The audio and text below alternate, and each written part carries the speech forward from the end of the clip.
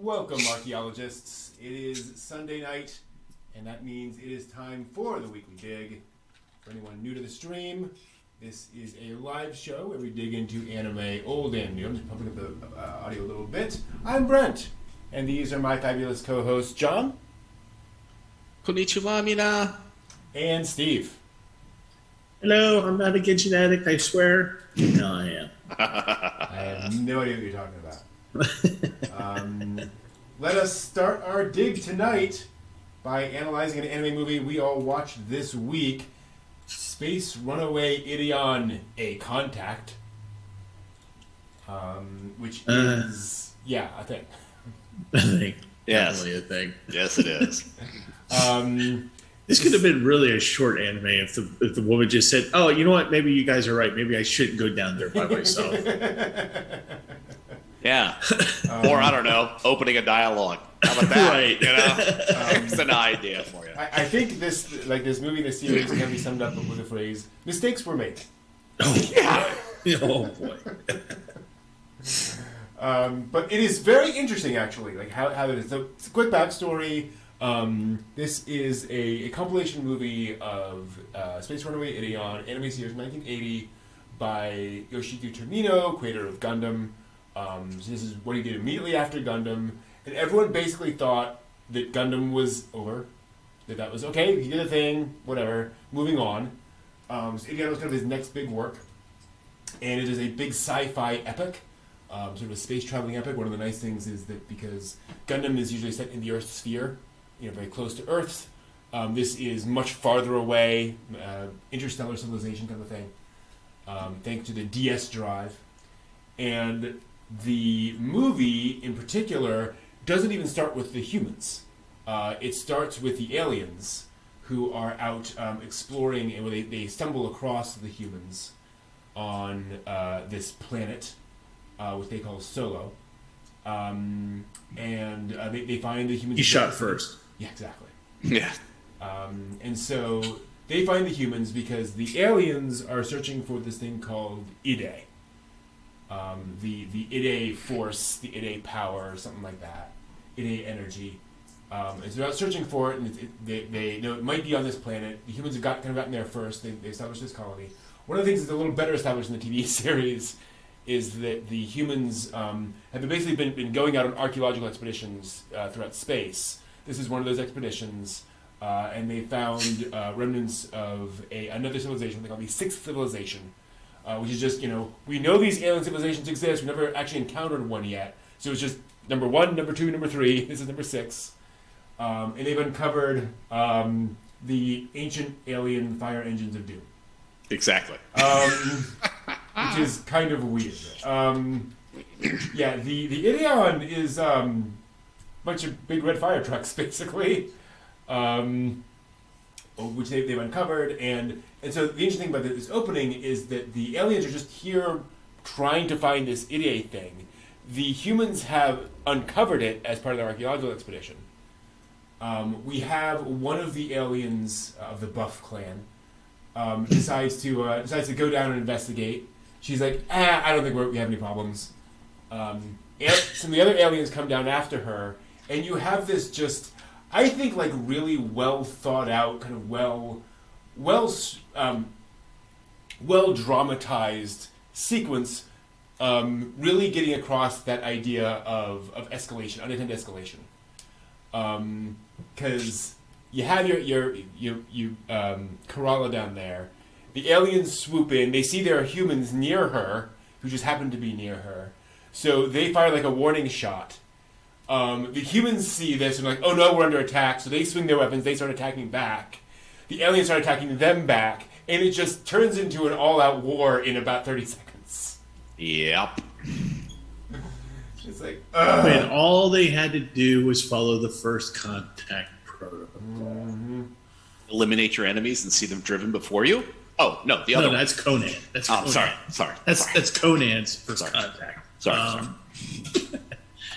Now, so to that point, when this scene happened, and the Kerala, who's the black-haired woman who comes down, she kind of disobeys the direct order to come back, and they're really just trying to get her to come back because they actually do have a protocol of, one of their worries is that, hey, if these people are already out here, it makes a very astute observation. Hey, if these human beings are already out here, then that means that they have a technology that's pretty close to ours. So we need to tread lightly. Yeah. So this woman comes down and she goes, "No, it'll be fine. It'll be fine. And don't worry about it. Don't worry about it." In a warcraft. Yeah. And comes down and she really actually doesn't do anything. And like you say, it's just mistakes were made. Okay, well, we think that they'll understand if we say, "Here's a shot. Stay away from this area." That they'll understand and stay away from the area. And no, the human beings just went, no, and fight back. And then, it's just amazing to me how like an interstellar war is caused by just nothing. Idiocy, nothing. Just like whatever. Yep. And this is where Tomino, kill 'em all Tomino. Oh. This is where he deserves his nickname because you start seeing people, the humans, who are like out having a picnic.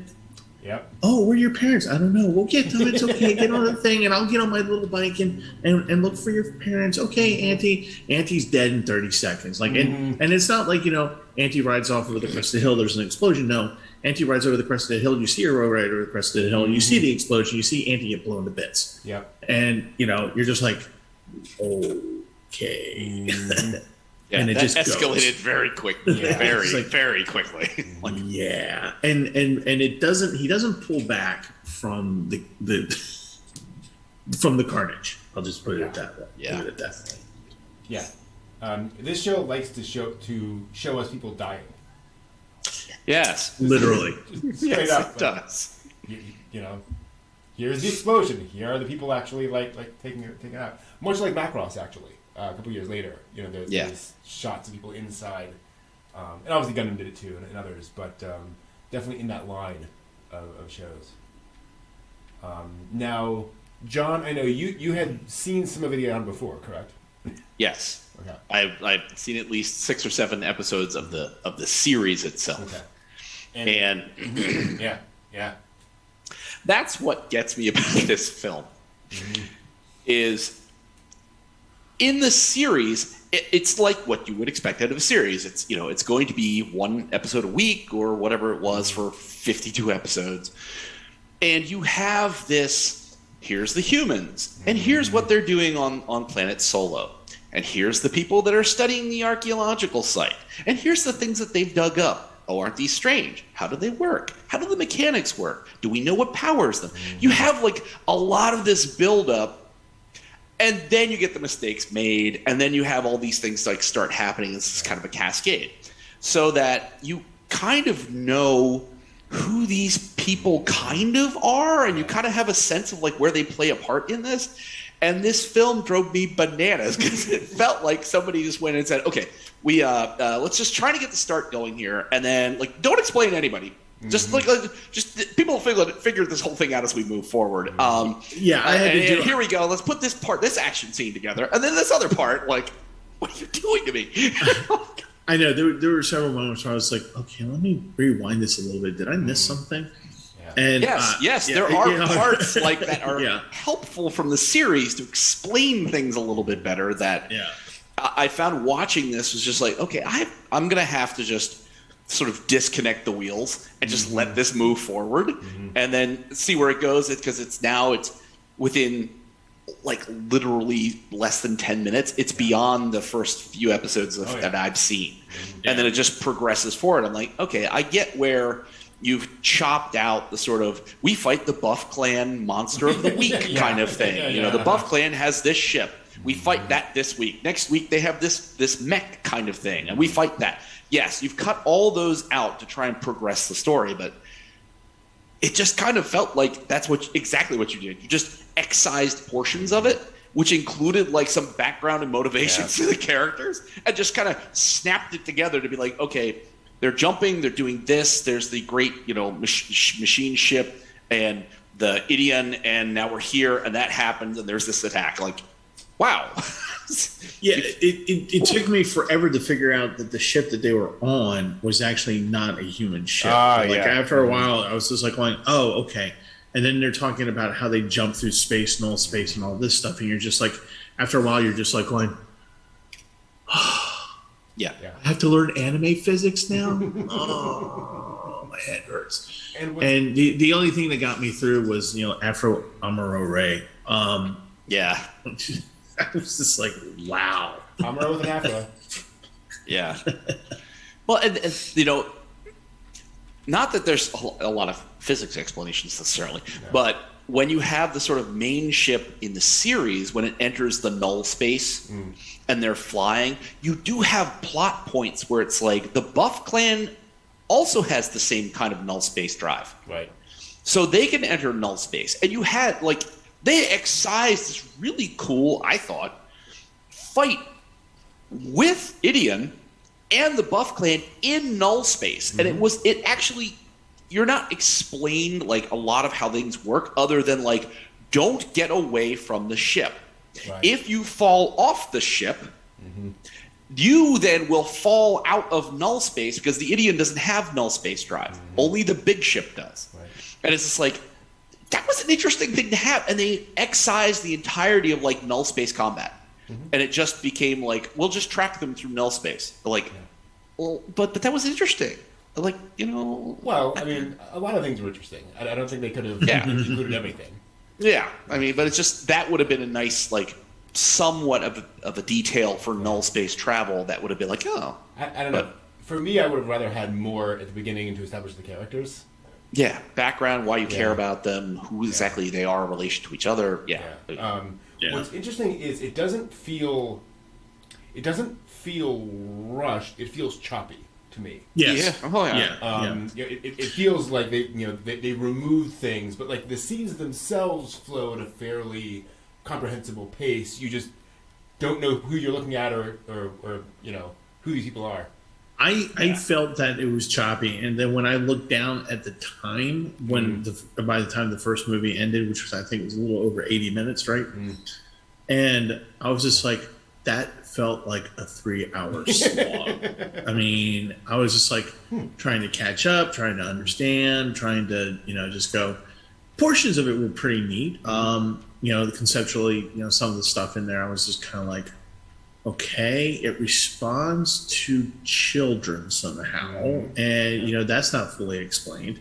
And now, is the baby in the first movie or in the second movie where he gets Ideon to do the thing? Baby Lou. It starts happening in the first movie, but it starts happening in the first movie. Happens in the second movie. Second, okay. So you get an idea that Ideon has some connection to children. And not in and it's kind of weird because what's not explained is that it's a violent interaction. It's not just oh, I must protect the kids. No, he's protecting the kids because it's his own its own life. That's trying to protect, and it's just oh, okay, yeah, we're gonna murder everything because this kid's crying inside of me. Right. So it's just no. Take that statement in this anime and psychoanalyze that. Yep. Let's use the power of terrified children to murder thousands of people. Pretty much. Oh wow. That is pretty much that is what Ideon does. Yeah. Damn. And that's one of the interesting things. So you can see how Ideon is partly trying to address some of the problems of meta stories in Gundam as well. The RX-78-2 Gundam is just kind of magically better than all the mecha that came before it, right? Its armor is just twice as good, but it's still agile, and it is good.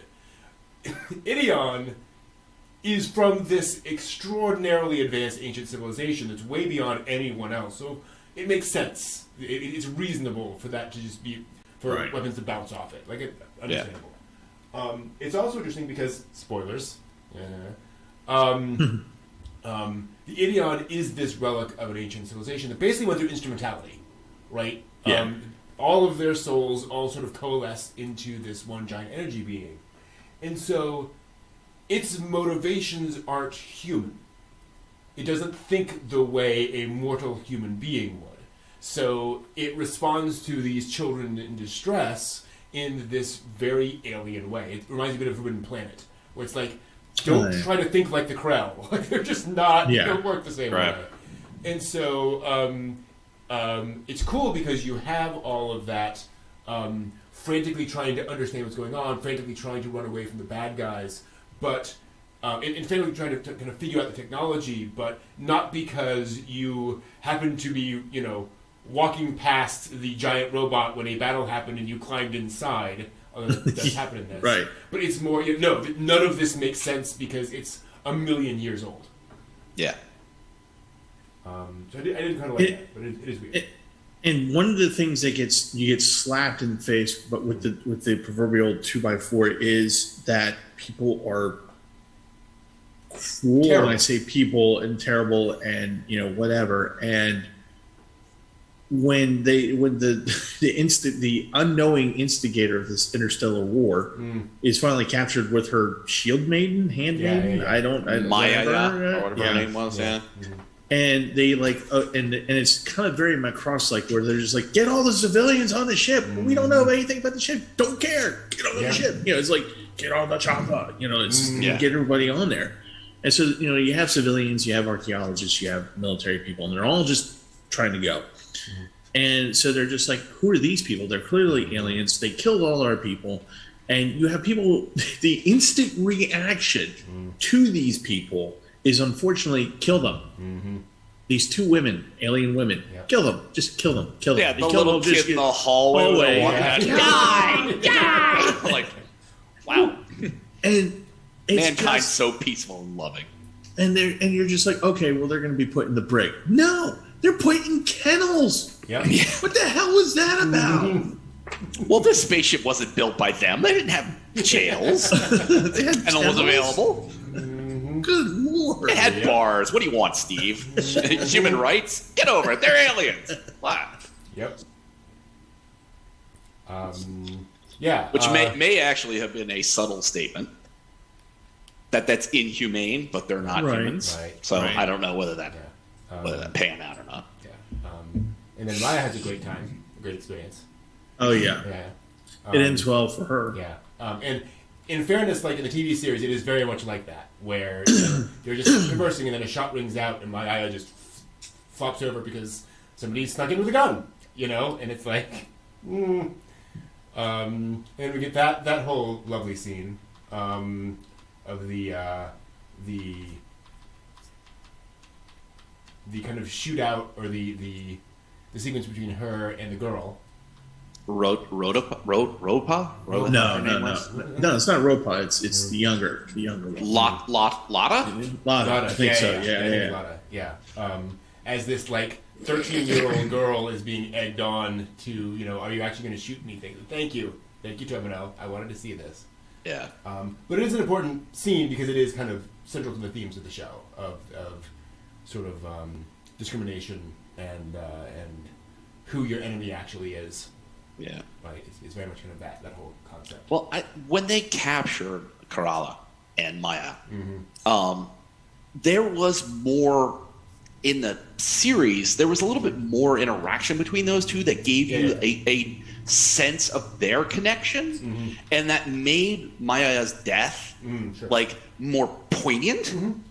That it's not without its meaning to the general sense of the show, but it's like I felt a little more like, wow, she's lost this person who's like her only kind of link to her world and her friend and her supporter, and it's just like I felt more emotional impact at her death from the show than I did from the movie. Sure.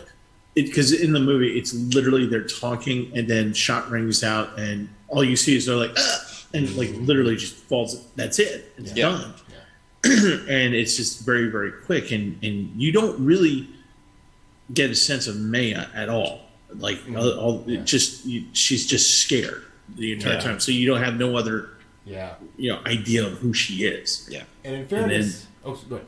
No, I was just gonna say it just seemed like I had not seen the series. This is the only thing of Ideon that I've seen, so I was kind of like going, you almost don't care, because you don't have any. To your point, John, there's no connection to this character And unfortunately, that goes on for a while. And in fairness, this movie was... Everybody who went to see this movie in 1981 watched the TV show. Yeah. Right? The audience for this were existing fans of Ideon who then wanted to see, okay, how do you kind of wrangle this into an hour and a half, basically. And also, by the way, please, God, give us a better ending than what you gave us in the TV show. We'll get to that later. Because, oh boy. But yes, well, and I think an even stronger example of that is the romance between, was it Lada and the other pilot of the Ideon? Where no, it's Raypo. Wasn't it Raypo and the other and Mora? Mora, okay, yeah. Morea. Yeah, the guy who jumps off the light rail system and like yells at some small child. Is that right, that's the guy? Okay, yeah. He reminds me of me. That's why I yelled at him and shook him, and then got back on the rail thing and went off to do the thing. Yeah. Okay, thanks. So yeah, bad things happened to him. He did not have a great time. I'm trying to find a shot of that. Oh, he had a very peaceful death. Yeah. He exits early in the show, shall we say, or not early, but he precedes everyone. Yes. One of the first to go, shall we say? Yeah. But yeah, because that very much felt to me like, man, where was that? It's weird. Anyway, that very much felt to me like I have no idea who these characters are, and they're clearly setting them up as this tragic lovers. You know, they're just telegraphing his death all the way through that. Yeah. And then he finally dies, and you're like, well, yeah, I accepted that. Whereas I think in the series, it's, I mean, there's not a lot of it. It's not like, but there's a little bit more. Yeah. It's actually like Slugger Law in original Gundam.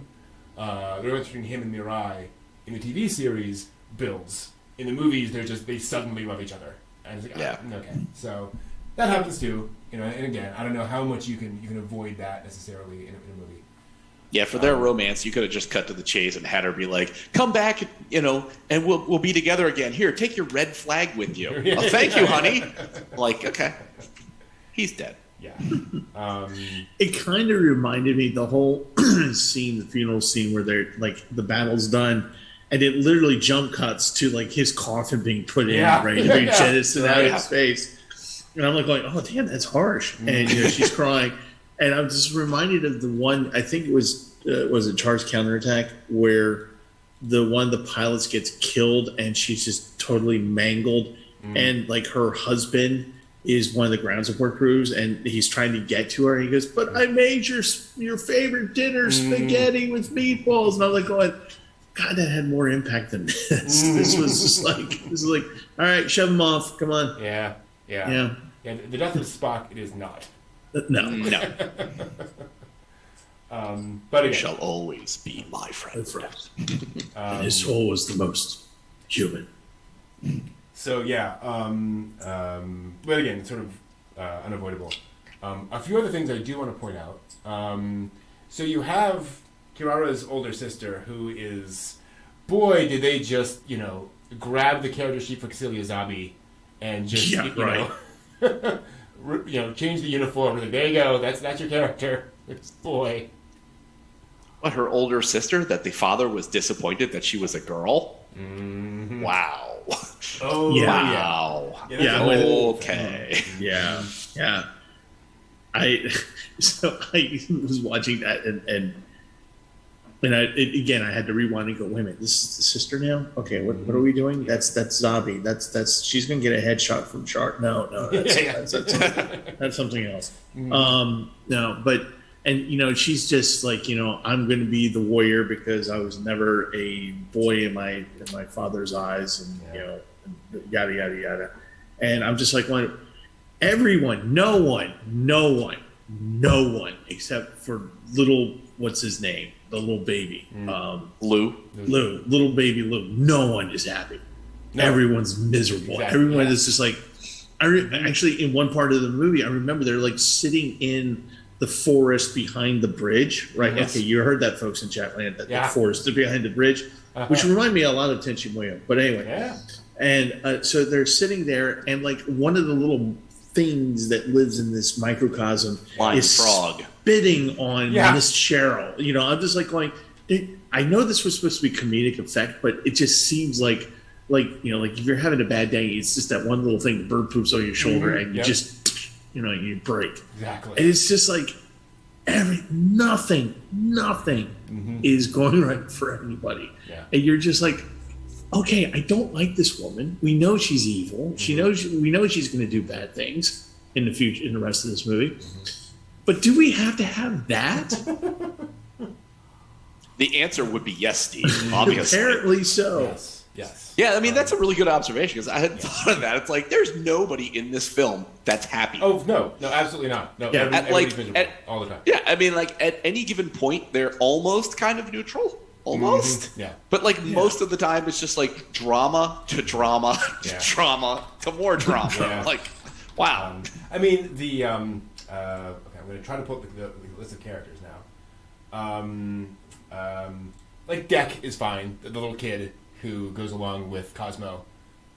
With his squirrel in its own spacesuit. Which is, I am convinced that is the team having fun with the fans of saying we know this is ridiculous and that's why we're putting it in.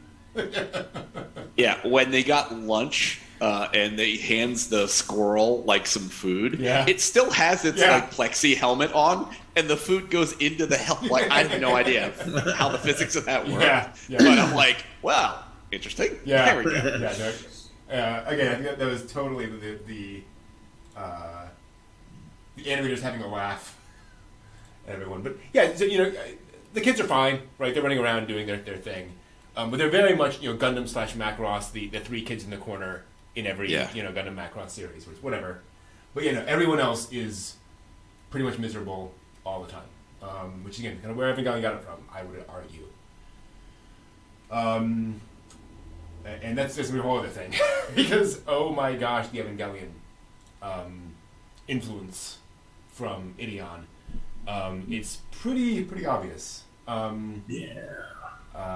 But yeah, I mean, it is interesting because, again, you really don't see this in anime, particularly this period. This idea of just very, very heavy war drama all the way through, because you had that kind of thing in Gundam, but you had characters who were still, you know, they felt the nobility of the fight. They felt like they were doing the right thing, and you don't really get that anywhere in here. Yeah, right. What's also interesting, and I was intrigued to note that I don't know if they redubbed the lines or if they just it was selective or whatever, but in the original anime, Buff Clan refer to themselves as samurai Yeah. and as following They do. Bushido. Yeah. And that was a very interesting thing because there is very much a samurai, you know, element to their personality and their actions. But it creates a whole nother kind of layer of all the stuff going on with them. And this idea that, you know, they're doing this because it's the right thing to do. Because of what they've been told they should do by their code, not because it is inherently honorable. Right. And it's kind of a commentary on the classic samurai Bushido code of, you know, we'll go out there. And also arguably a commentary on the Japanese soldier in general. Right. And the idea of, you know, blind obedience to the military. Yeah, as the Buff Clan throws wave after wave Yeah. after wave of people at sheer death. And It's Keep what going. was it? It was like the Futurama Biff, or you know, the captain. Yeah. He goes, and Zap I really Brannigan. Zap Brannigan. I really figured out that I sent wave after wave of people because it had a kill count, and once it reached that kill count, it turned off. It was like, Yes, the aren't I attack the with the hero? kill bots. You Yeah. suck. They had preset kill limit.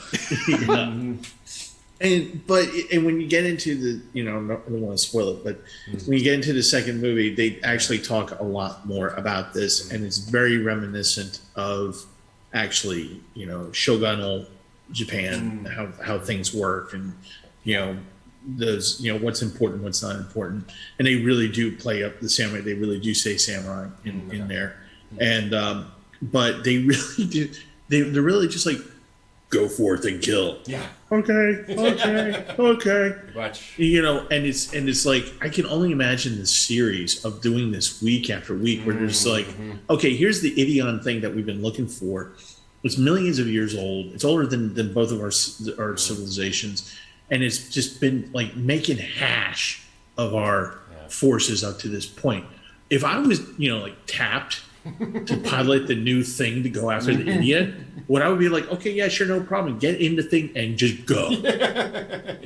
And just not look back. Just go, because I know where I'm heading. I know it's death. I mean, that's just all it is. But God bless the Buff clan. Exactly. You're a good samurai. Which again, I think is kind of one of the points of the show is that this is all really ridiculous.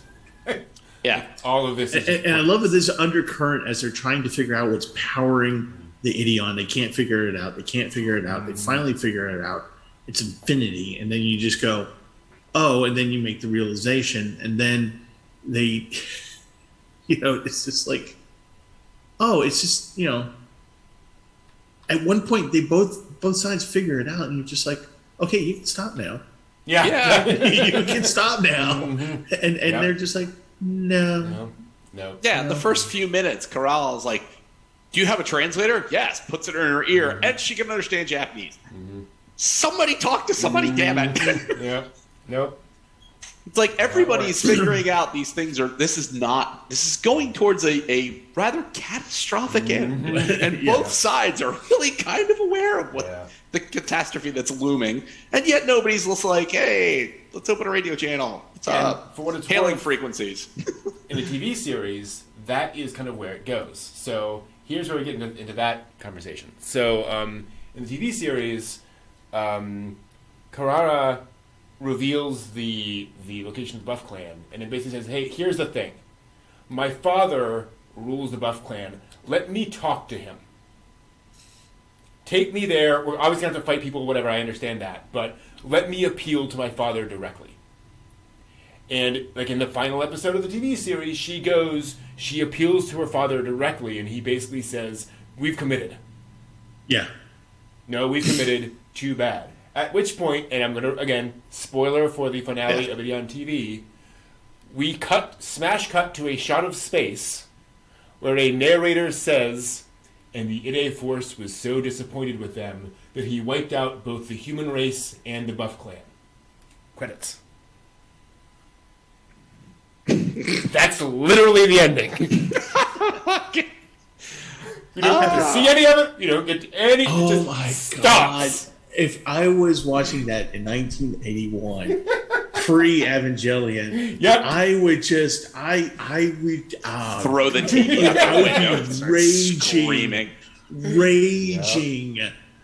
Oh my God! And it's one of the reasons they made the movies. Is that like, okay, fair enough. Here's the real ending. Here's the ending we wanted to make. Okay, people, put the pitchforks and the torches down. We can do this. It's okay. We'll do the thing. We'll keep writing the misery. Yeah. Okay. Because they had the same problem they had with Gundam, is that it was not particularly popular, and so they were cut short, but they couldn't write themselves out of it. They couldn't condense it down, so they just stopped it. And then later came back to do this and then be invoked. A little bit like that the rebirth of Evangelion. Just a little bit. Just a little tiny bit. Just slightly. Which I'm trying to fathom having watched both of these movies and just feeling like because I watched them back to back, unfortunately, and I did too, Steve. I did. And oh my, I feel you. God, I was like, afterwards, I was like, was I just punching myself in the face and not realizing it? Because I was like, it was just going through this 3 hours worth of this, and almost 3 hours worth of this, and just going, oh my God, at the end of it. And then realizing that this was a television series of 50-something episodes with a dedicated fan base that was going week after week. Give me the misery. I want to be depressed. Because that's what it is. Yep. And it's just how did you watch this from week to week that you spent? You carved out a half hour of your time to watch this. I got to imagine for its time frame, there probably was not a lot like Ideon. Exactly. You know what I mean? That you've got, yes, you still get the battle of the week. The Buff Clan shows up with, like I said, like shows up with the thing and you do the thing.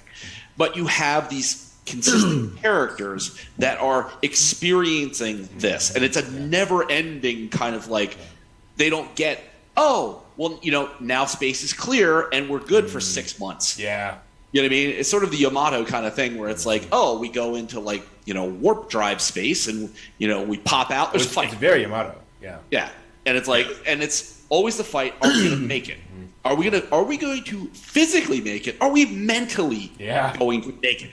Is any one of these pilots of the Ideon going to crack? Right. And then it's not going to work. And then we're all in danger. And aren't even going to die, because we do see characters, you know, die over the course of the series. So it's like no one's necessarily safe.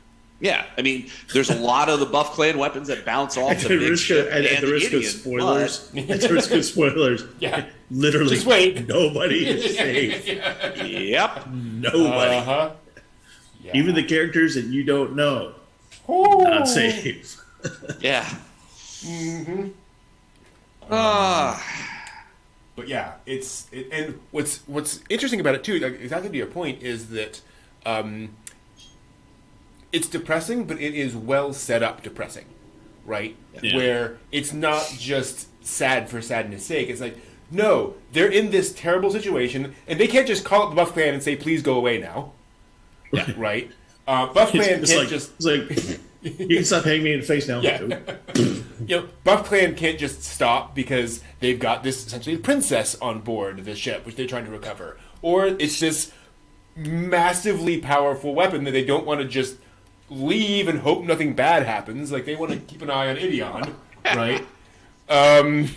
They turn this thing over to a bunch of kids, right? And it's all going to be fine. Exactly. No, adults need to handle this. And so they're just kind of at loggerheads for, again, like 39 episodes, I think it is, because they kind of have to be, based on the whole premise.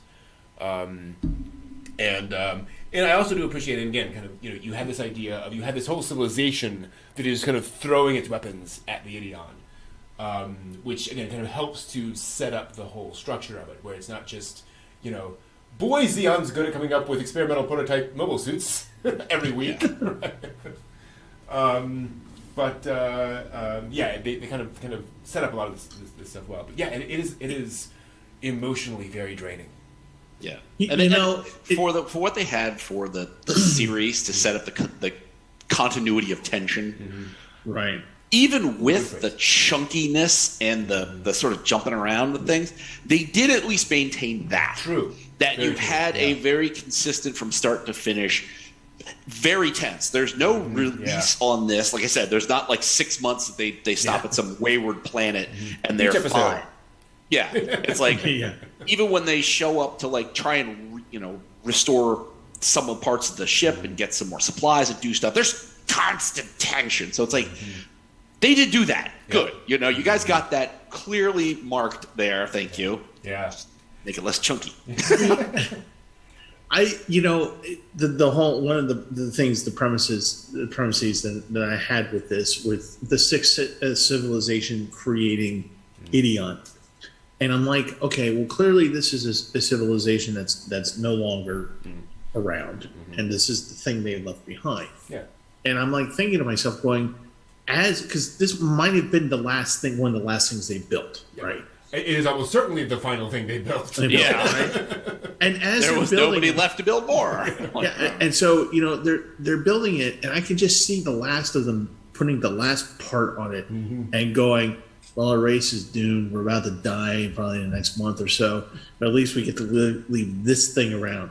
And hopefully from heaven we'll be able to have a good chuckle and see what happens next, because why the hell not? Why don't we just leave this thing out there? Well, the doomsday machine's done. Right. Let's just head on off to death. And that's one of the interesting things they bring up in the movie, is that it's possible the civilization developed the Ideon out of this idea of, we'll have this incredibly powerful machine, and it kind of sucks up all of their souls and kind of ends their civilization unintentionally.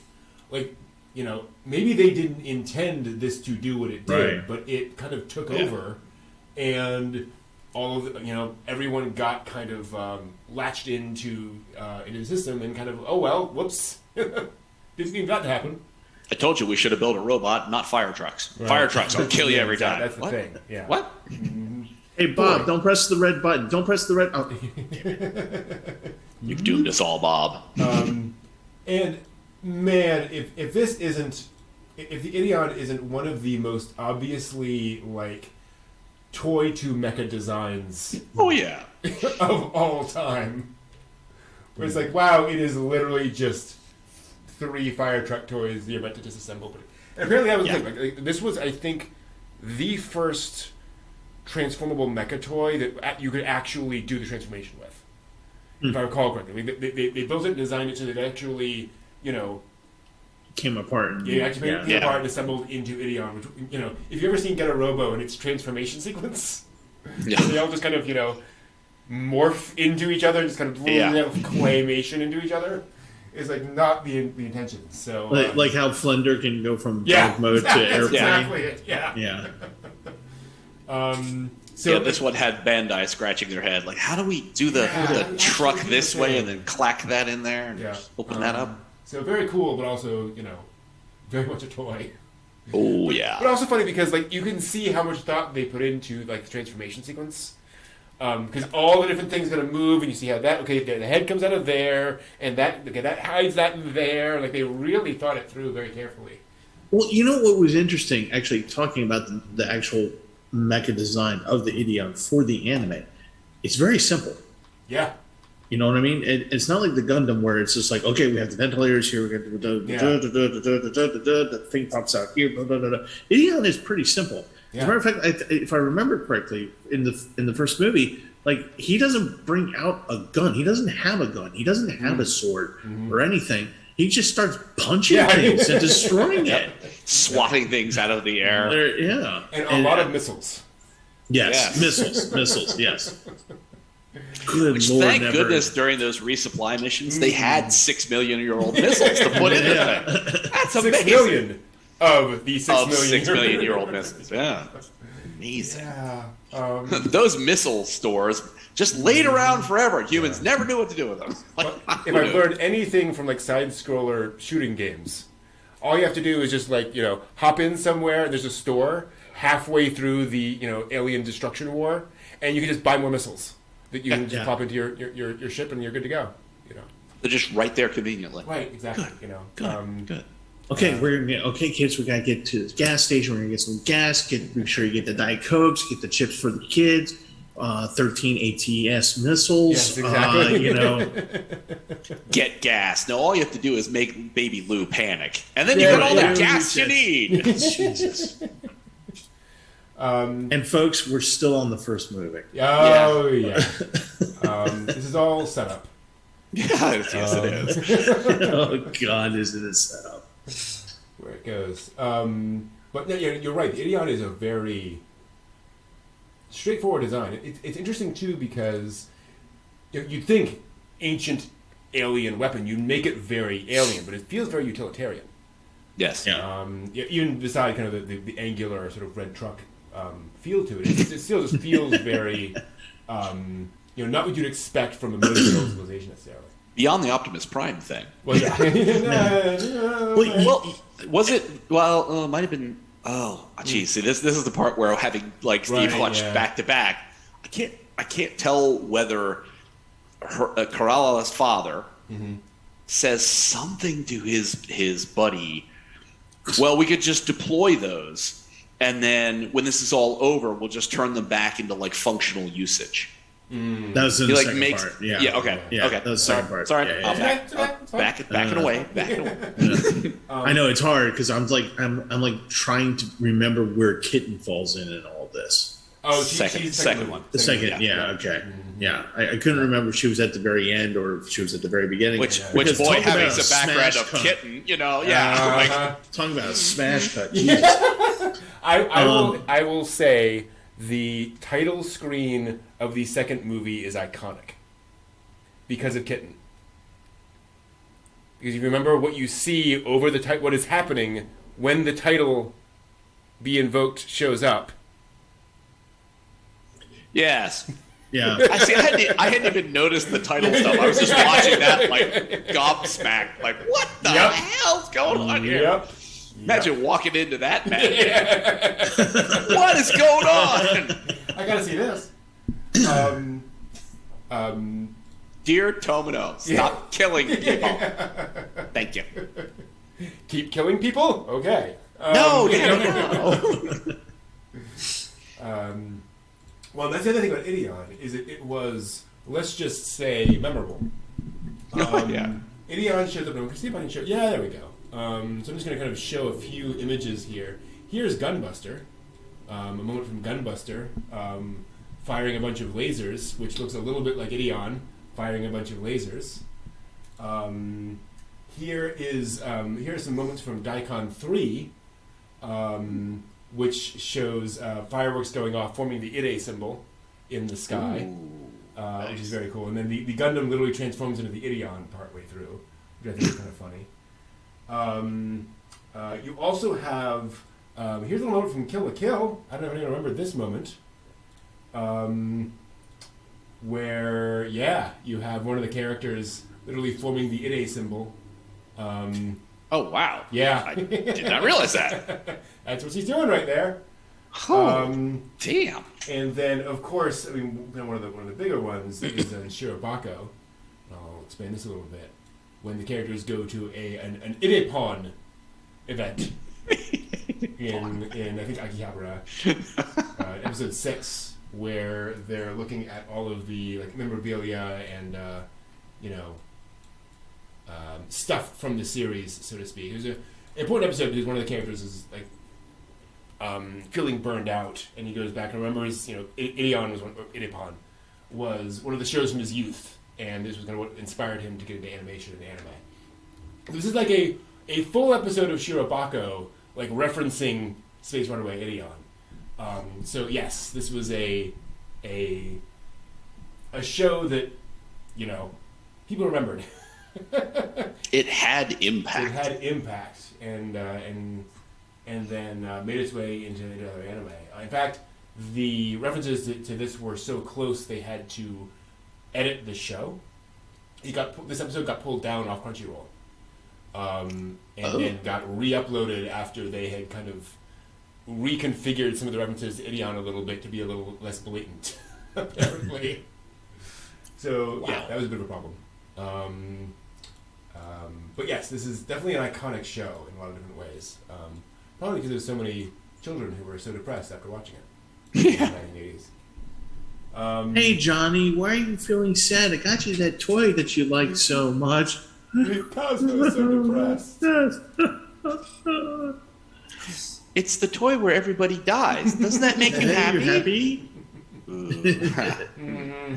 Zoloft, please. Zoloft. And when we say everybody. But we'll get to that later. So that is Space Runaway Ideon A Contact. Any other comments, thoughts, opinions? Oi. Yeah, it's a lot. So I would like, I don't know if this is a spoiler or not, but I would like to just tell everyone in Chatland that for part 2, be prepared to sing Happy Birthday.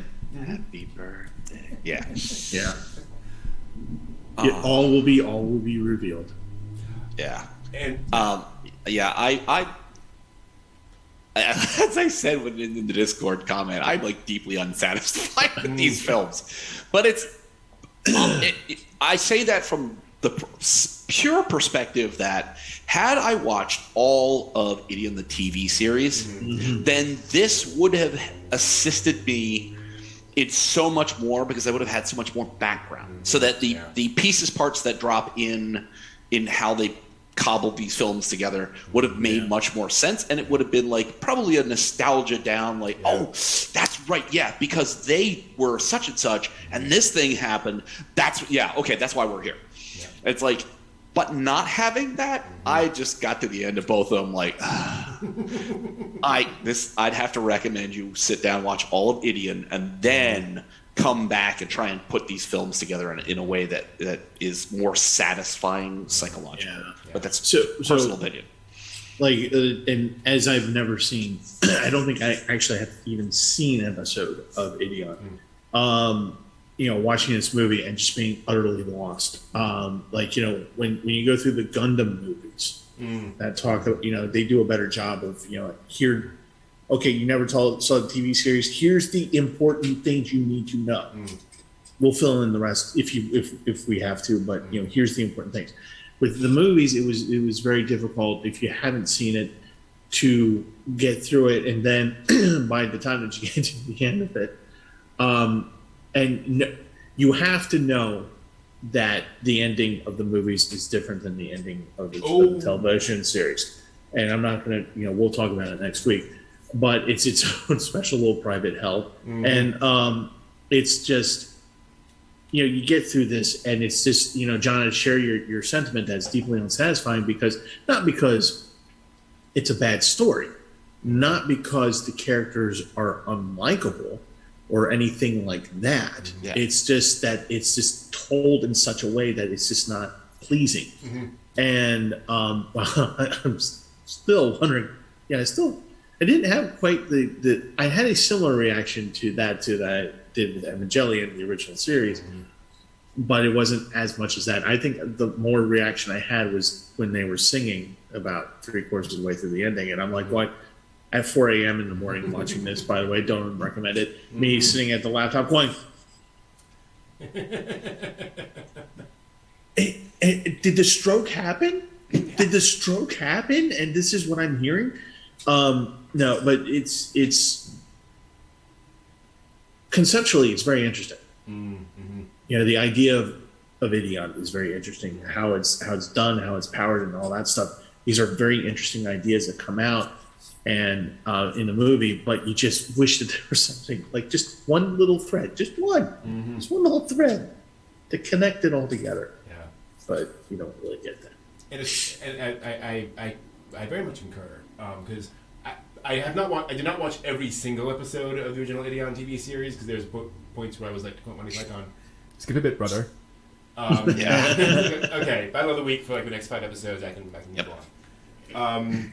But coming back and watching this movie, I did have that kind of nostalgia rush. Oh yeah, Bess. Oh yeah, not Masato. Oh yeah, not. Can we talk a little bit? Can we get a good shot of? Get it in here somewhere. No, they just don't like her at all in this, apparently. The blonde-haired girl.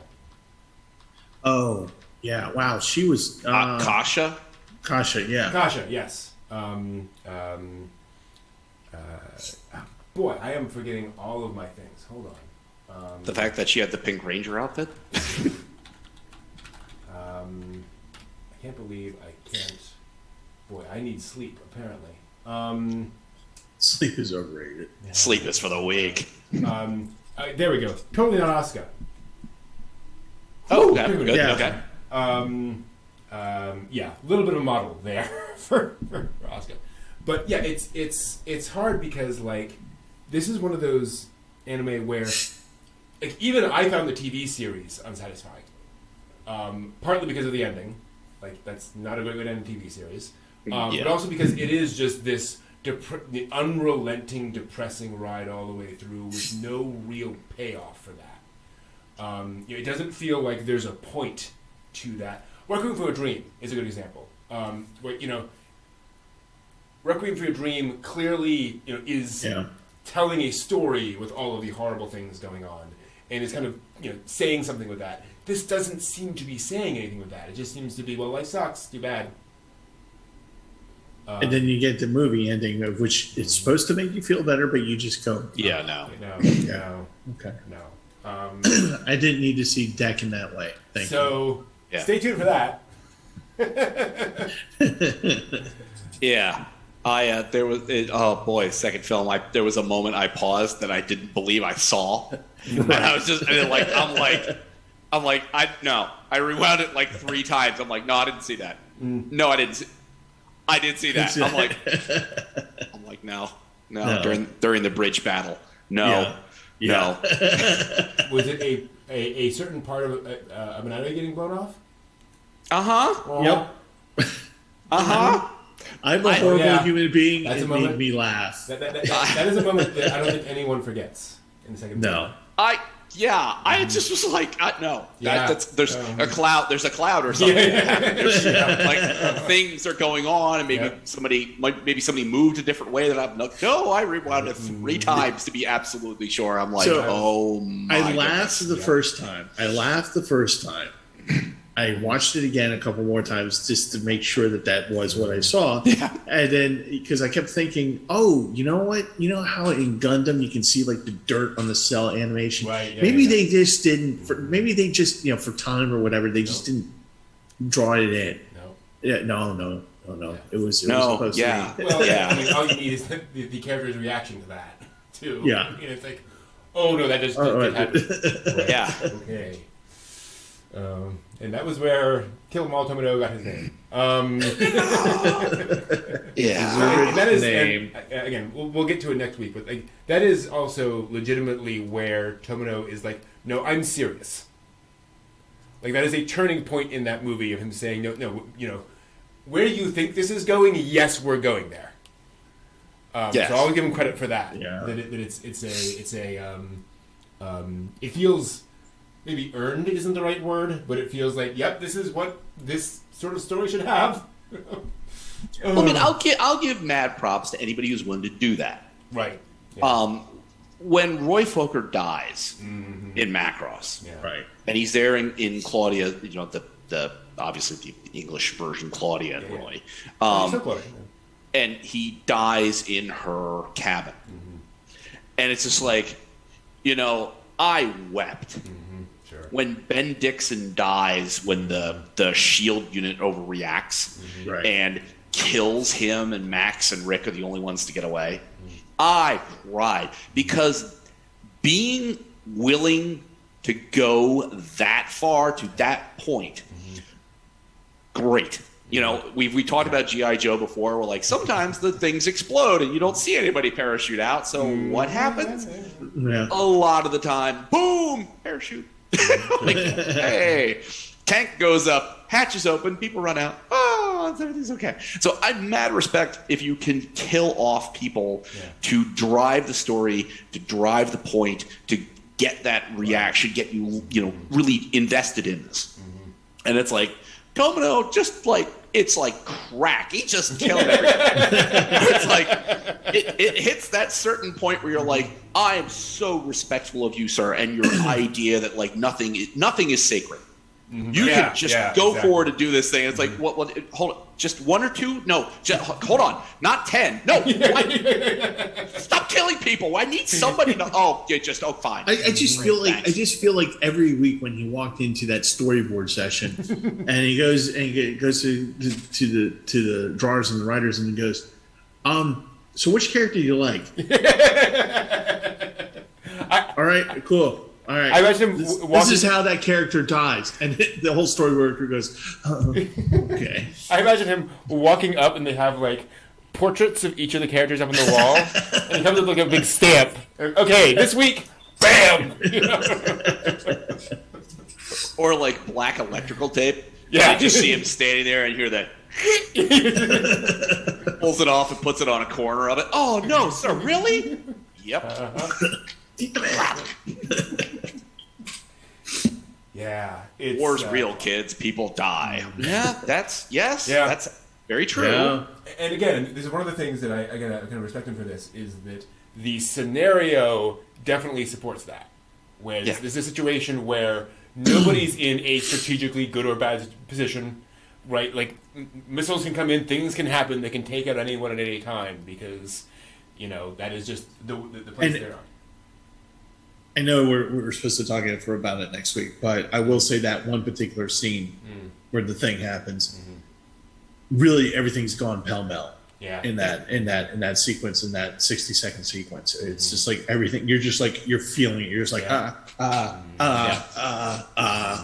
stuff's exploding. Things are flying around. It's like, okay, shrapnel is a thing. We learn shrapnel is a thing. You know what I mean? It's like. That's war. And it's something you got in Original Gundam, where was it? Oh, I forget.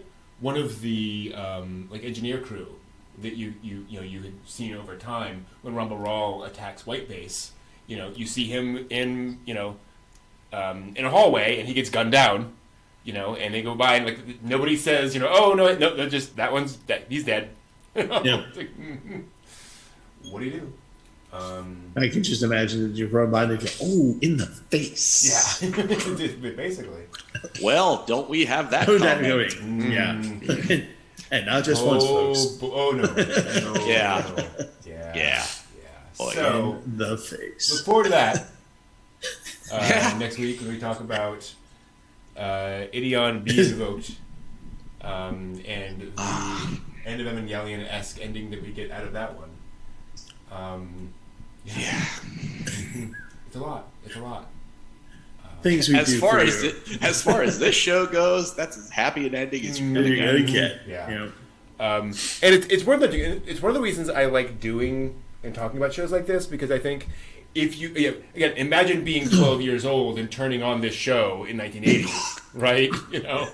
Ooh, giant robots. I think if you come into Ideon realizing, okay, here's what I'm gonna get, Right. it's a lot more palatable. It's still hard. Yeah. At least like, okay, I understand. I like that guy. He's kind of oh. Well, he's not so good. The other one, that was a grenade. Oh. I can only put up and take down the posters of my heroes. Yeah, I wonder if they made posters of any of those characters. Such a shifting palette of characters. Exactly, yes. I would love to have seen the meetings between like Tomino and the financiers. And all the suits and so forth. How are you going to do this show? Well, let me explain. You know what? Wait, how? No. You want us to make a toy out of that? For kids. You press the button and the arm just... No! I'm thinking of a series of action figures of the main characters, and when you push a button in their back, their heads explode. Well, how the... No. You have toys with like the faces that would like flip? Yes. Yes. Right? You have one normal one, and one with like the bullet hole. And like the With little the wide streams of fake, blood. Yeah, the blood. Yes. He just, What was the He-Man Manny faces? They Okay, use the little dial on the top and flip the There we face go. around. Do that. So yes, Character alive, character dead. Character alive, character dead. Oh. that's a free one for all of you, figurine makers out there. Go ahead and make that and have fun with it. Oh wow! Gross over $1 million. Just make the 10% payment out to Brent. If only. All right, that'll do it for Be Invoked. Again, we'll be back next week to talk. I'm sorry, that's it for A Contact. We'll be back A next Contact, week yep. for Be Invoked. AB. See, ha, clever. Ah. Yeah. Clever in death. And right now, we're going to take a quick break, just a few minutes. We'll be back to talk about more modern anime and the latest anime news. We will be right back.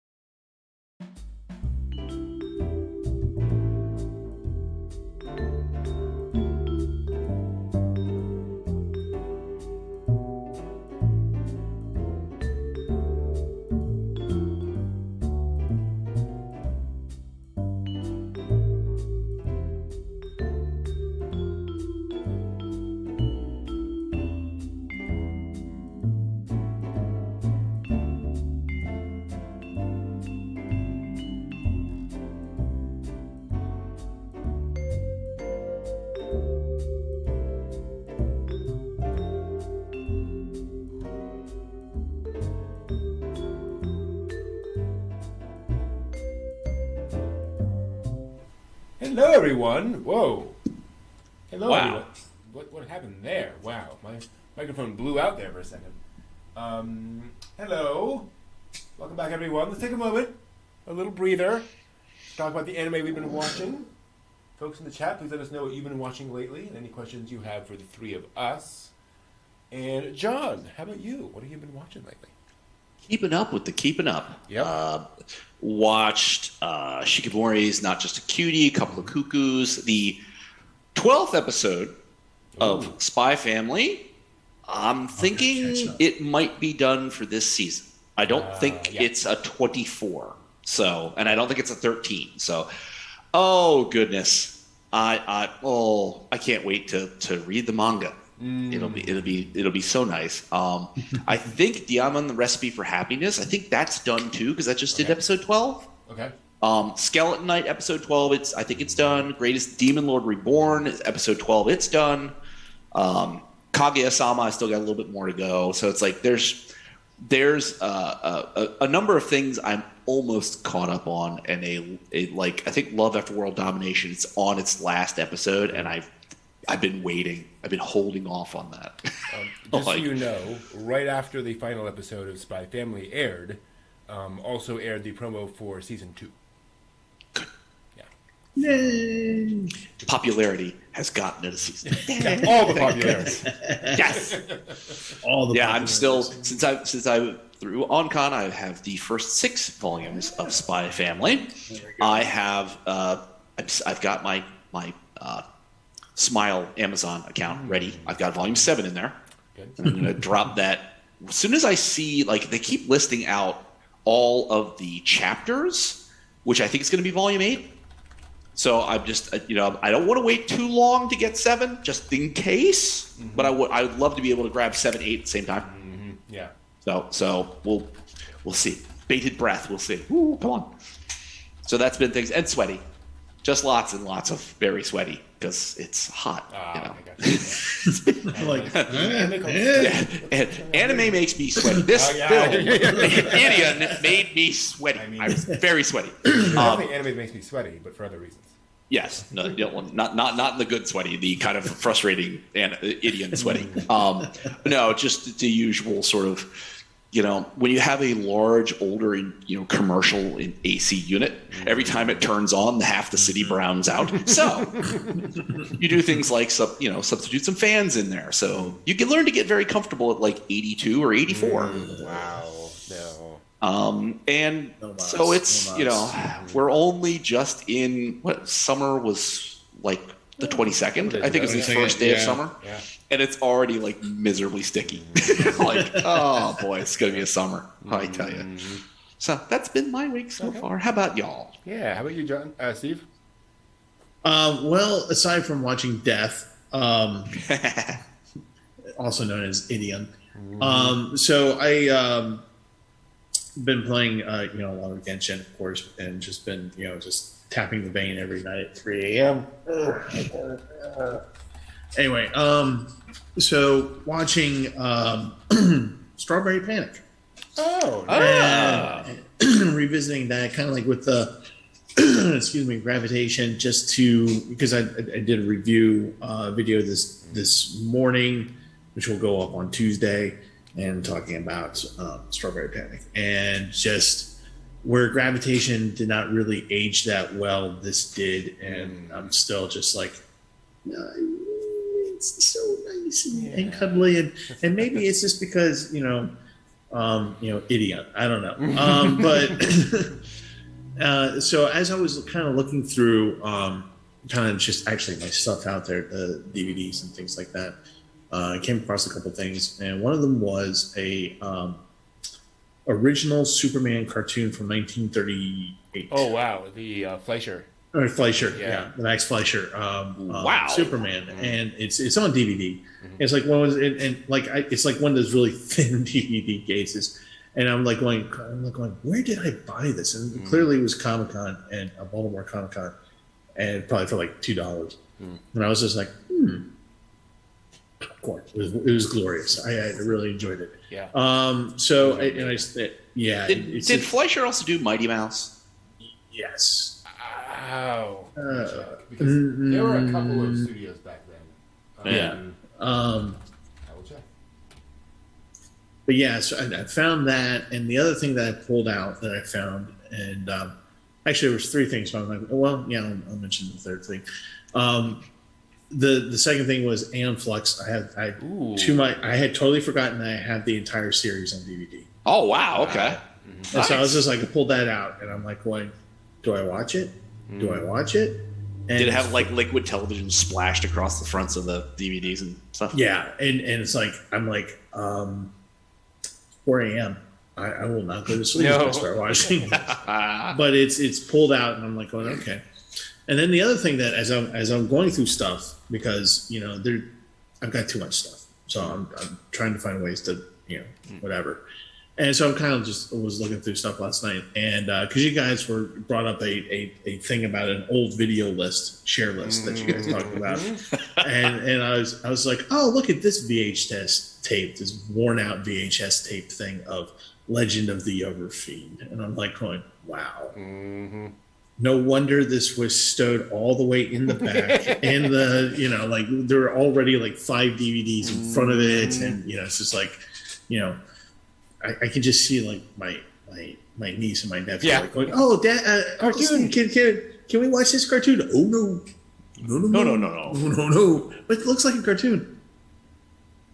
Yes, but no. So I found some interesting stuff. Also today,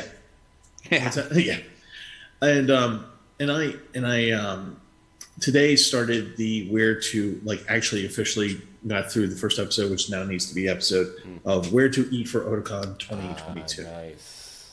So that's what I did. Cool. This week I've not done much in the anime realm. I finished reading a couple of books. Yeah, I finished reading a couple of books, including Legends and Lattes, which I may have mentioned here in the past. I think you did. Yeah, the story of a orc barbarian who starts a coffee shop. Yep. Yeah. Very much enjoyed that all the way through.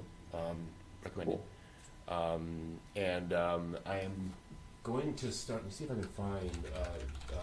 And then the next recommendation after that was A Wizard's Guide to Defensive Baking. So to defensive baking. Yes. Okay. So I'm like, yep, I gotta read that.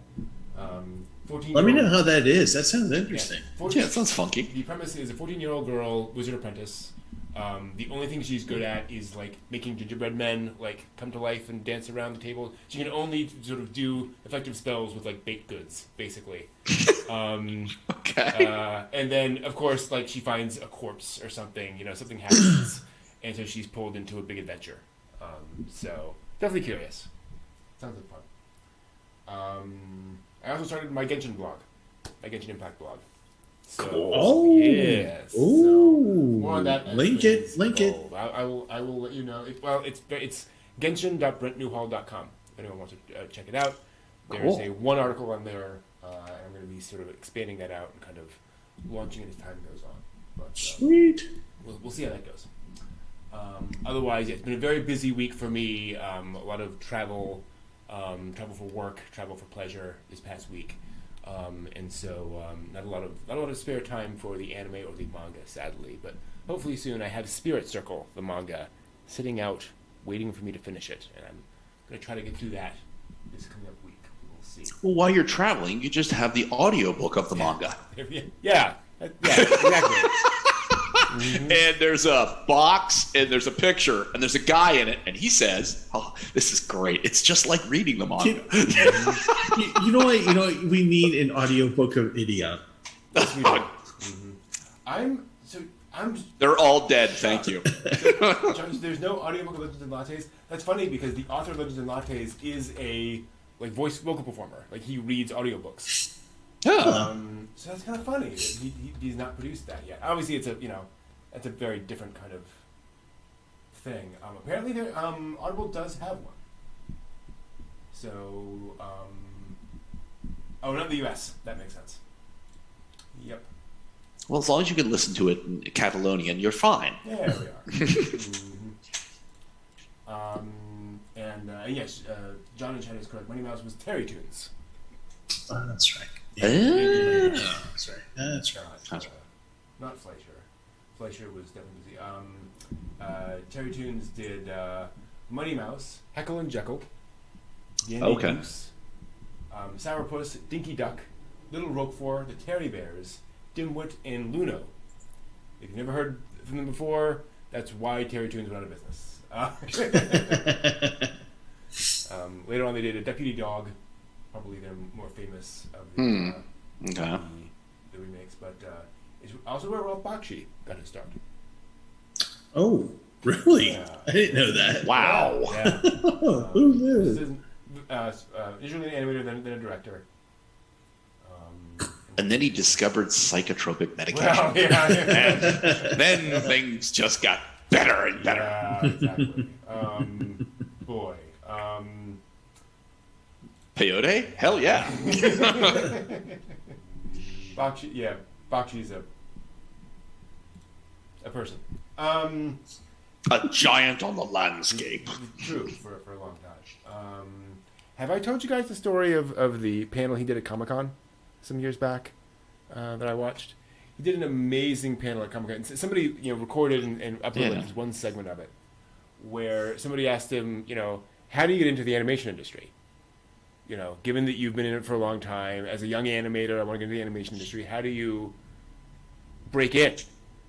And this is maybe 10 years ago or so. And he said, well, what I don't understand is why young animators don't just take the tools that are available now. Because, a desktop PC contains all the editing equipment that would fill a room for us back in the day. And why they don't get together evenings and weekends, draw something, assemble it together, make a short film, and then take it around to festivals.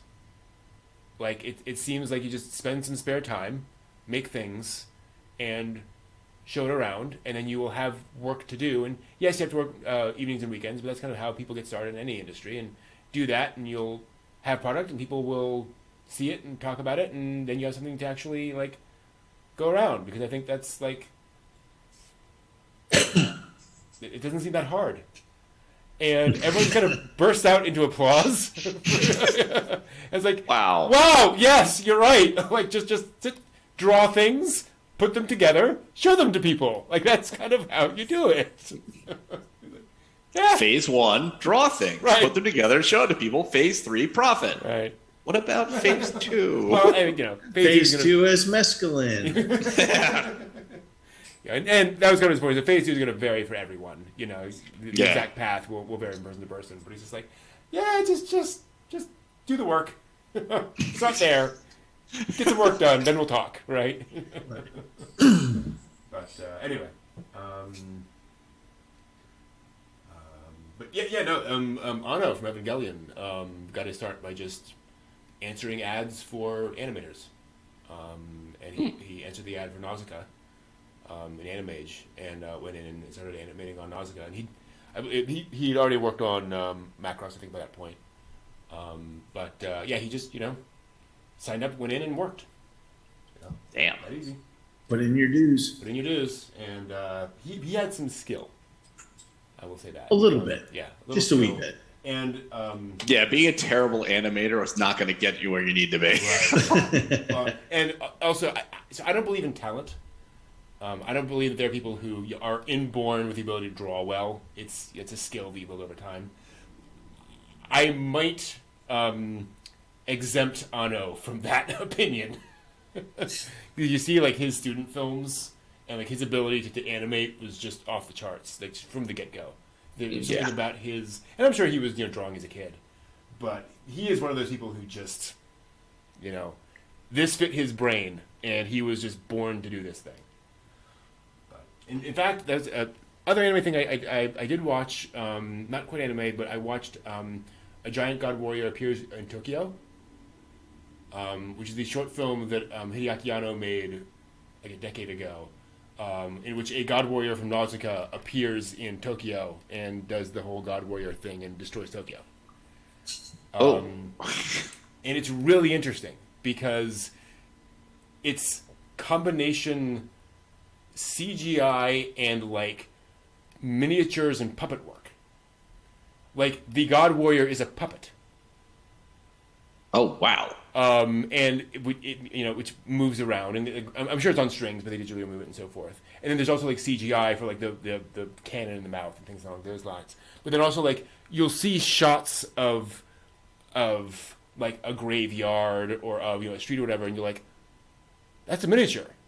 Like they clearly made miniatures for that shot. And when you see things explode, like.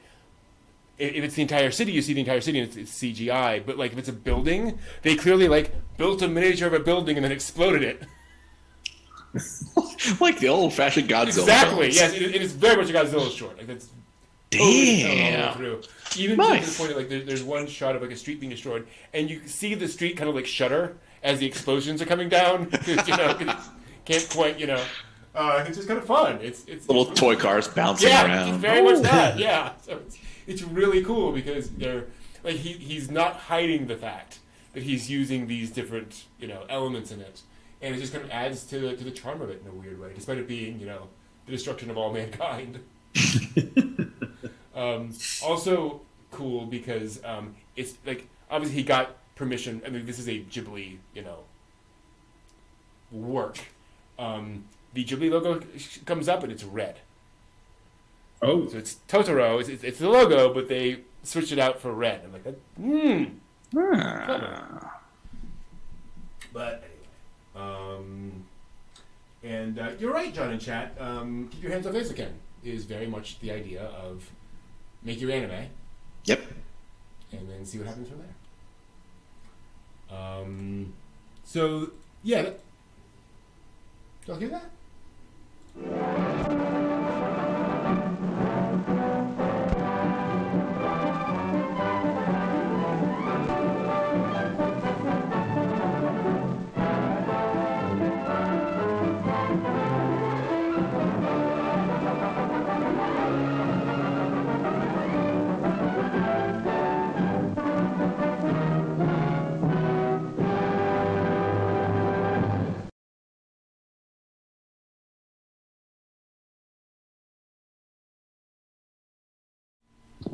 And welcome back to the latest anime news for the week ending June 26th, 2022. And we'll start with some weird anime news. I am sure a lot of anime fans wish they could relive their youth after watching their favorite high school set shows, right? But one Japanese fan has just been arrested for taking the dream a bit too far. So be careful.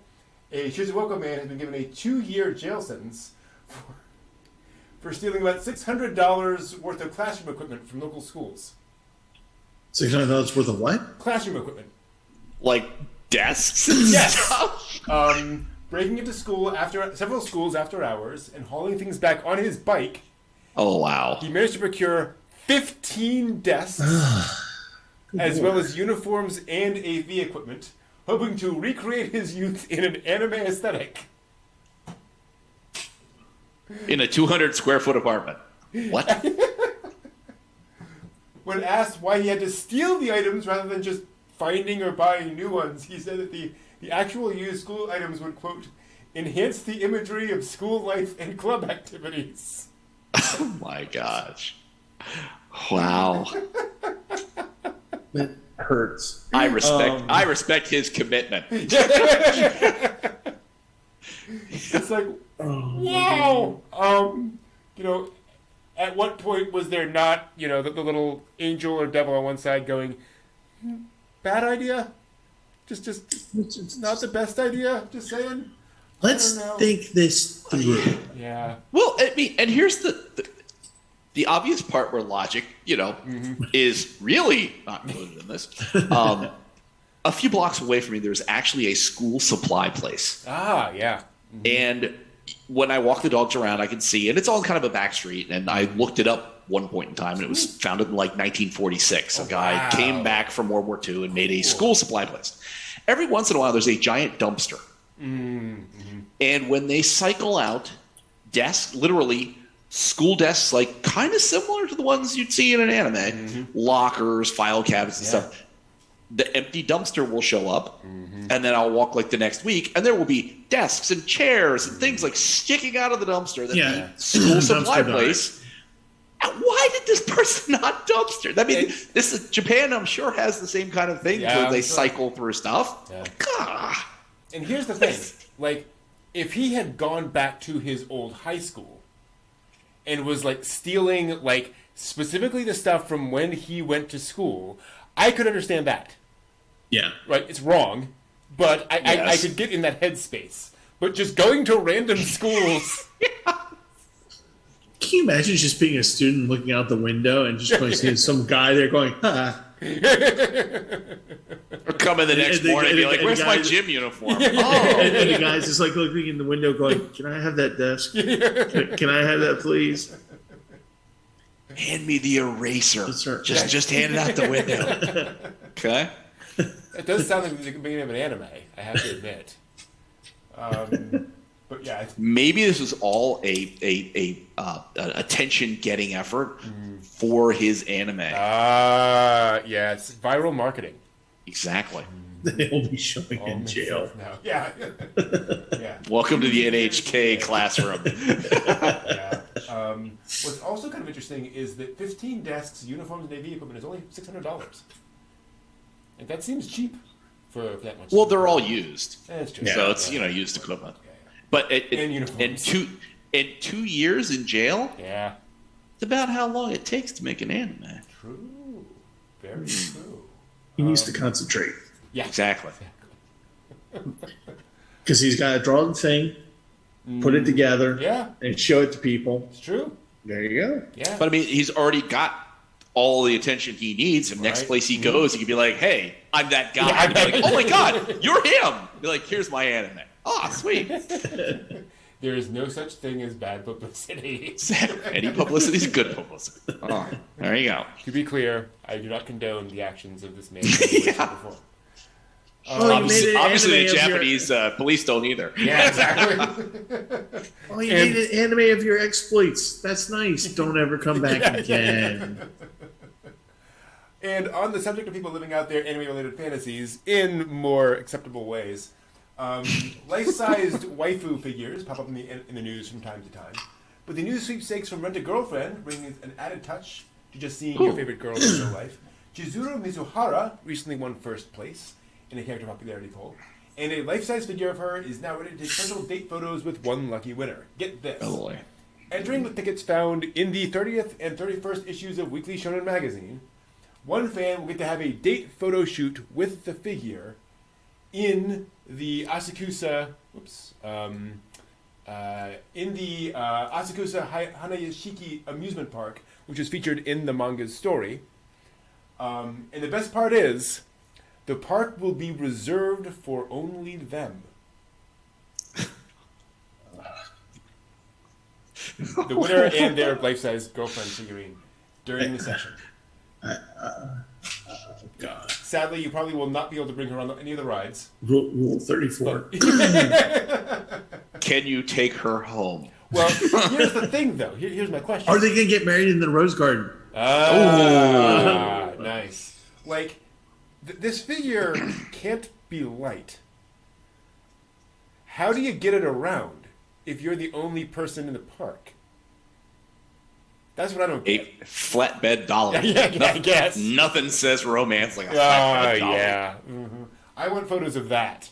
Of a guy hand-carting an anime figurine around an amusement park. A 700-pound anime figurine.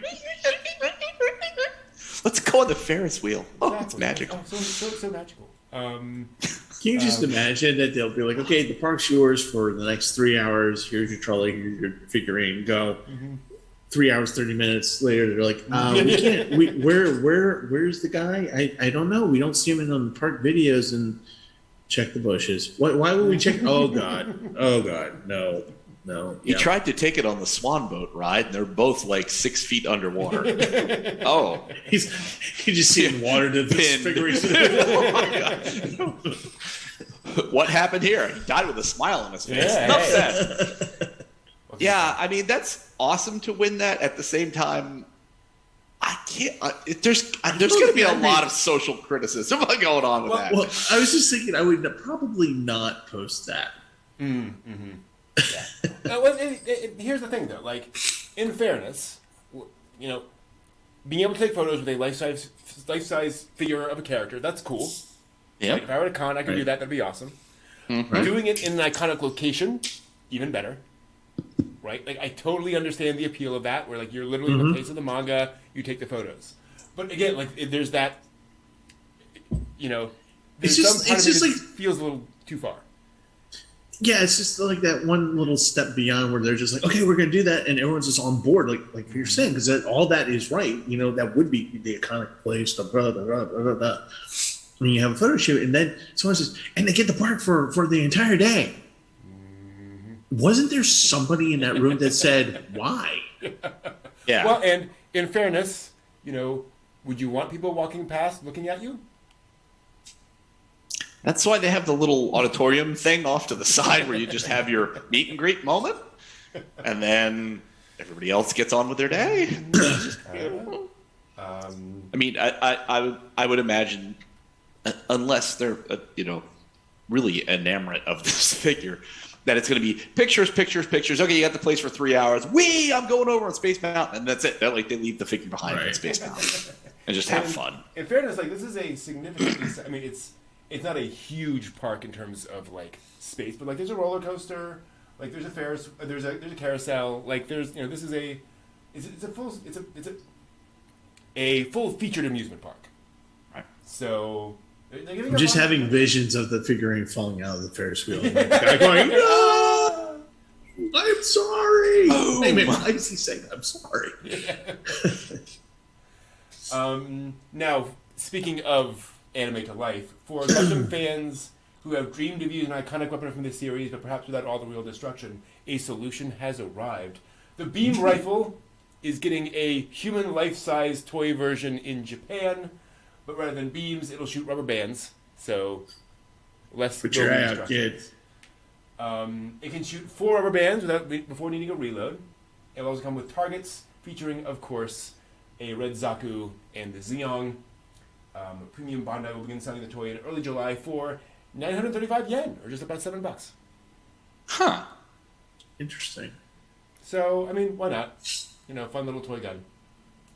When you said a life-size beam rifle, all I could think of was like, is that thing like 30 feet long or something? Like life-size as in human size, not like... Yeah. Well, when you said human size, I'm like, oh, okay. Yeah. Just thinking, wow, this tonnage. Yes. Well, you got a life-size Chizuru from Rent-A-Girlfriend. Sure, 30-foot long beam rifle. Sure, everything's crazy. Let's just do nutty things. The rubber bands are ginormous. Here's your beam rifle. Have fun in the park. Yeah. Rubber bands are actually like the big belts from conveyors. So boy. That thing's destructive as hell. What do you mean it's not going to hurt anybody? You see that kid's face? Jeez. Just took out a lamppost. Oh, boy. Let us move on to some anime announcements. What are my favorite things to talk about? Psy Games and PA Works revealed this week they're producing a new original TV anime series called Akiba Maid War. Ooh. The show will follow Nagomi, a woman who moved to Tokyo with dreams of becoming a cute Akihabara maid like no one, and Ronko, a former maid who's been away for a long time, coming back. No idea where that's going, but it sounds cute. A TV anime is in the works based on the Ice Guy and His Cool Female Colleague manga, described as a workplace fantasy romantic comedy. Revolving around a Yuki Onna, who tends to summon ice and snow when he's agitated, a male one, and the secret object of his affections, an aloof co-worker who is completely oblivious to everything around her. So, cool in a different way. Interesting. So, that sounds like fun. The Cute Tanuki Is Not at Ease Either manga is getting an anime on YouTube on July 23rd. It follows an angry tanuki named Ponkichi, who comes down from the mountain to attack humans. Probably. Didn't we see this on Poco? Yeah. Mm-hmm. Maybe a little. Production company Cyber Group Studios has announced a partnership with Nippon Animation to co-produce an animated film based on a 1994 original World Masterpiece Theater anime series called Tico of the Seven Seas, or Tico and Friends in the English dub. For those not familiar, World Masterpiece Theater traditionally were anime adaptations of classic children's literature. Right. This is an original story of theirs. The film will be called Nanami and the Quest for Atlantis. It will follow the original series characters a few years later, exploring the relationships between humans and nature, which does sound very World Masterpiece Theater. This will be the first project in this partnership, which also plans new joint productions as well as reboots of other Nippon Animation classic series. I still can't get beyond World Masterpiece. I don't think it's Alistair Cook. Welcome to Masterpiece Theater. Well, I'm still stuck on the Tanuki one, the Angry Tanuki, because I'm like, God, I need to make another punk band, and that needs to be the name, the Angry Tanuki. Angry Tanuki. Yeah. That's a good one. That's a good one. Shogakukan also announced an upcoming anime film for next spring, based on the romance fantasy manga Kinokuni Mitsu no Kuni, or Land of Gold, Land of Water. It's set in two rival kingdoms that have long been at odds. A princess and a young man from opposite countries meet by chance and find that they must act as a couple to maintain the peace of their realm. But unsurprisingly, they slowly fall for each other along the way. Never have I seen such a plot. I know! So original. Hopefully it's fun. Horizon Beyond the Blue. Moon Kingdom, Earth Kingdom, they get married. Earth and Moon don't go to war. Everybody's happy. Yeah. I've seen this, done that. Okay. Day Live and Kaguya-sama Love is War both announced a new upcoming series this week. Day Live 5 and new anime series for Kaguya-sama will be coming. Let's see here. And then moving on to just sort of general anime news. This week brings another piece of news in the manga industry around unions. Publisher Seven Seas has officially agreed to voluntarily recognize the union formed by its employees last month. They released a statement back on May 28th stating that they would not voluntarily recognize the union until there was an election conducted by the National Labor Relations Board. But after a few weeks and a great deal of commentary from fans on the internet, the company released another statement yesterday stating that to work together in good faith for the sake of our staff, creators, partners, and fans, they would waive the election in favor of voluntarily recognizing the union. Oh, okay. That is happening. To celebrate the 25th anniversary of the Digimon franchise. Yeah. 25 years old. Wow. Bandai has announced an exhibition event. Walker. Yeah, exactly. An exhibition event will be coming to Belle Salle Akihabara on the weekend of July 29th.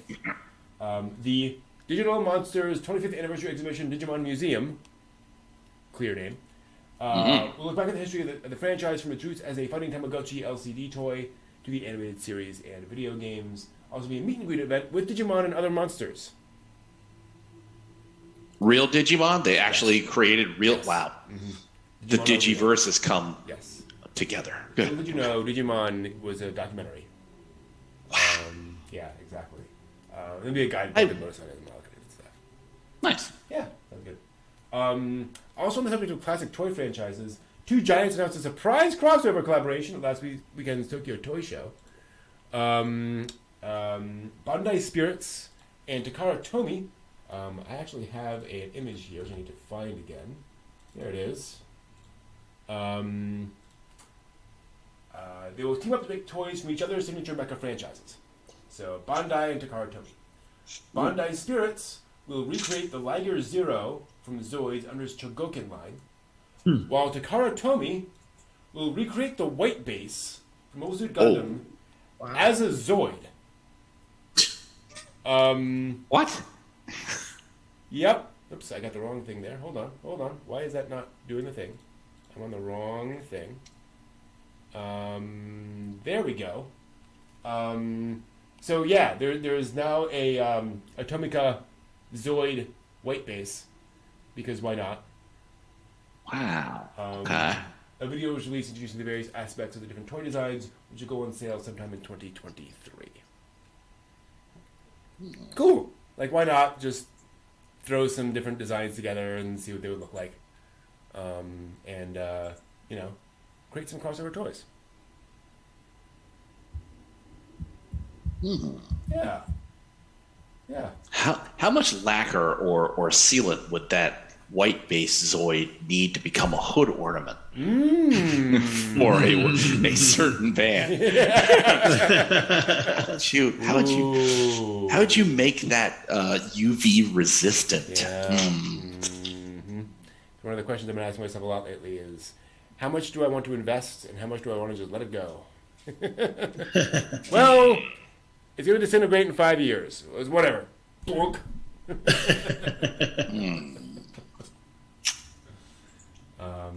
So yeah, interesting. Very interesting. And granted, that said, you put a white base as the ornament on the band. Yeah. Come on. That's all the news for this week. Thanks for watching. We will see you all next week.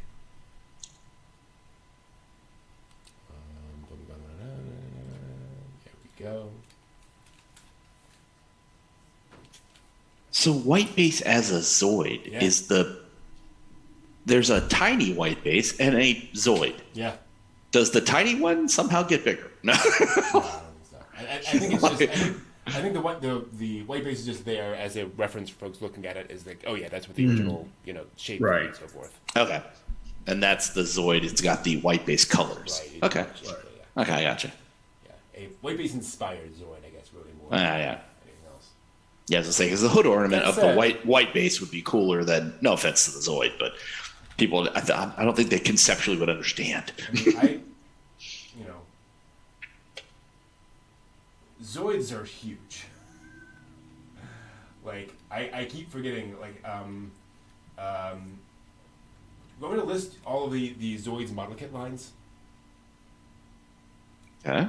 Mechabonica stars Zeta, Robostrux 1/24th scale, Zevel, Technozoid, Zoids 2, new Japanese release, Blocks, the Toys Dream Projects, the Toys Build Customized Mobilized line, Z-Builders, Fusors, Genesis Neoblocks, Academy Zoids, high-end master models, Evo Drive Zoids, Zoids Graphics, Zoids 25th Rebirth, Century, Zoids Anime 10th Anniversary, Revoltex Zoids, Yamato Zoids, Modeler's Spirit Series, and Zoids Original.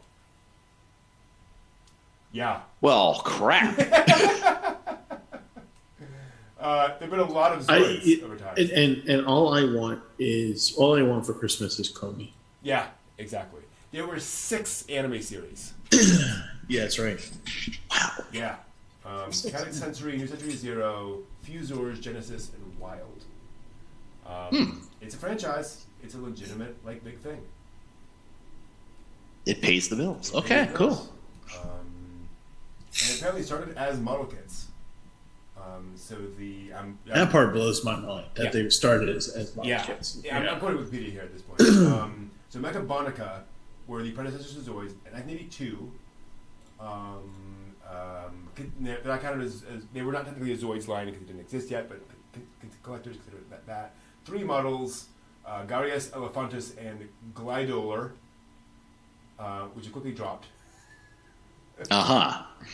And then there was a Spanish version called Star Zeta, which basically licensed out. And then Tomy sold the Mechabonica line in the United States as Zoids, which sold rather well.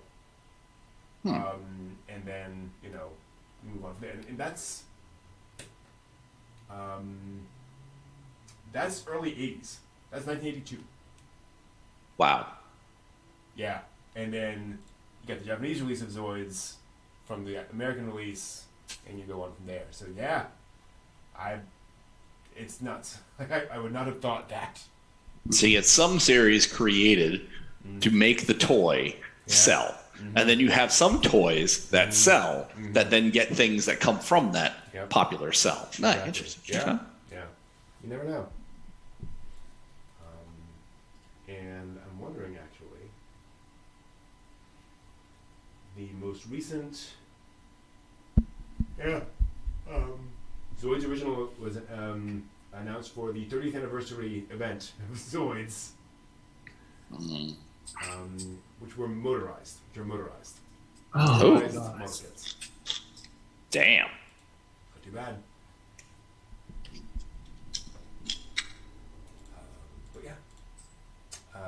There was no anime history this week. I checked, and there was nothing that I could see in mid-June, sadly. Ideon took care of it. Yeah, Ideon destroyed it all. Just blew all of his heads off. Oops, spoiler. Black hole gun. Oh dear. And so I have a question. What did we learn? What did we learn on the show tonight, friend?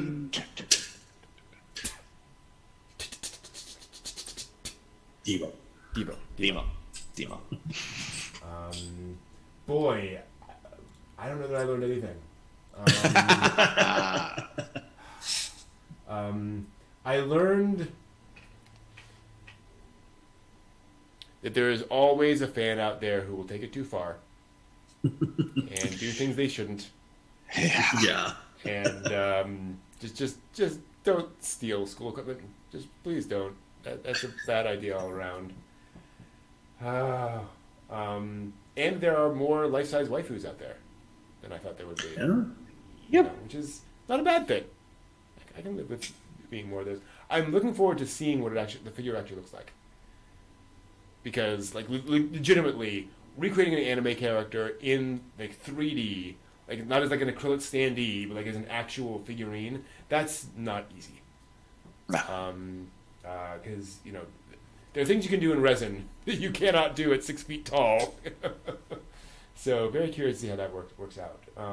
Well, the REM figure. Remember that they made a full-size REM figure that was like in certain stores? Yeah. That looked great. Mm-hmm. Absolutely. Like from the pictures that we saw that. Yeah. So presumably somebody who is as skilled, hopefully, will be at the helm of this project. Mm-hmm. Exactly. Hopefully. John, how about you? I learned that you can't get a rubber band shooting gun that's 30 feet long. Darn it. But you could try. True. That's the wonder of home improvement stores like Lowe's. I'm sure someone out there would think about doing it. Just don't put your eyes out, kids. I've learned that you can cobble together a couple of movies from an anime series, sometimes for better or for worse, but certainly to an end. Yes. There's that. And that secondary sales of used office equipment and certainly school equipment is a better choice. So I second you on the going the legal way is the best. Steve? I don't. I'm illiterate. I don't learn. I just don't. No. What did I learn this week? I learned that if I'm lucky, I can get a life-size model mistress of an anime that I like and can spend some time in the park, and doing wonderful things, and then having to bear the shame of it when I go home. Comey. Yeah. And I'm fairly certain that the pretty lady who gives me food would leave me. And take Comey with her. Oh no, come back. Let me ask you a question, though, Steve. Mm-hmm. If you were taking pictures with life-size Comey, would you want Comey in like princess mode or in like surprise mode? Oh, cat girl mode. Right? Yeah. Yeah, both. And I also want the third version, which is the one with the braid. Yeah. Oh boy. Yeah. It's hard. It's tough. Damn. And again, the pretty lady who gives me food would just be like, "Yeah, enjoy that. See ya." I've also learned that revisiting anime can be nice. Older anime that you haven't seen for a while, and things that you enjoy, revisit the things that you enjoy, revisit the things you forget, and just kind of going for the ride. It's very enjoyable. And the last thing that I've learned, I mean, I've learned several things, but nothing fit for print, to be honest. Not suitable for work. Yeah. But the last thing that I will say that I've learned, that was a takeaway from this week, was that you can turn screaming, burning death into an anime. True. Yes. That's what I've learned. Very true. It works. And it Just wait for next week. Yep. And it becomes a legend. You know, not just an anime, but like a legendary anime people are referencing. You know, decades later. Yep.